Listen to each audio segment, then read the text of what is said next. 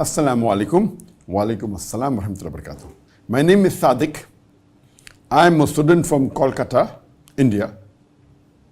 My question is, I invested money on a halal company's shares 3 months earlier.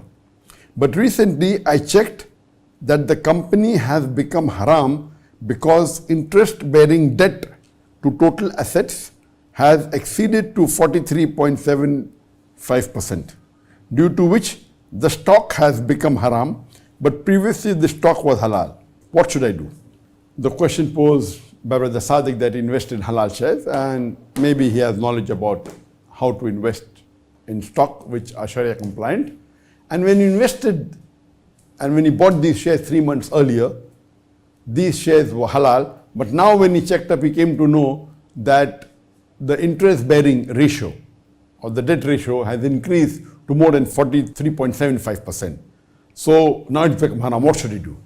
First, if you have heard my answers on how do you come to know whether the stocks you're purchasing of a particular company Sharia compliant or not, and there are 5 categories. The first is that the core activity should be halal, and then you should see to it that they're not involved in any interest-bearing activity as a company which is giving loan on interest, etc. Then the cash and the debt ratio should be less, and any haram activity should be less than 5%. These were discussed in detail.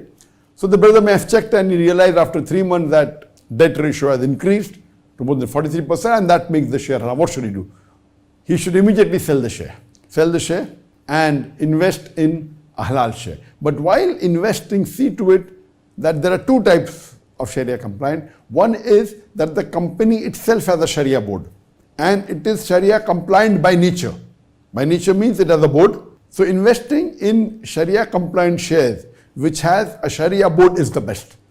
And Malaysia, where I live, there are many Sharia compliant shares, and it is there in the stock itself. It mentioned Sharia compliant, halal, okay, not Sharia compliant.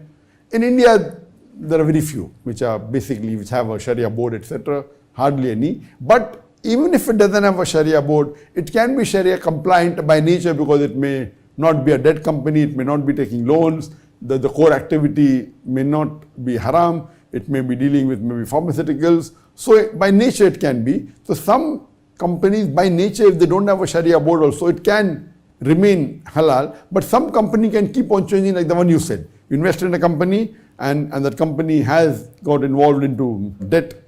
So in this you have to keep on monitoring. But the best is to invest in shares invest in companies which have a Sharia board. The second best would be by nature if it's Sharia compliant. You know that the company will not involve in taking loans from the bank, and by nature it is such a company, it is a strong company, it's a big company, and it's involved in products which are halal.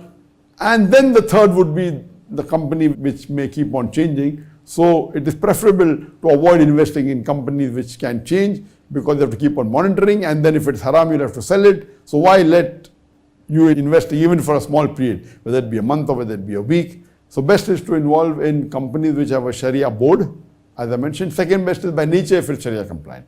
But now the solution for you is that see to it you sell it immediately. If you want to continue investing in Sharia compliant shares, see to it that you invest in a company which has a Sharia board, or by nature it is Sharia compliant. Hope that answers the question.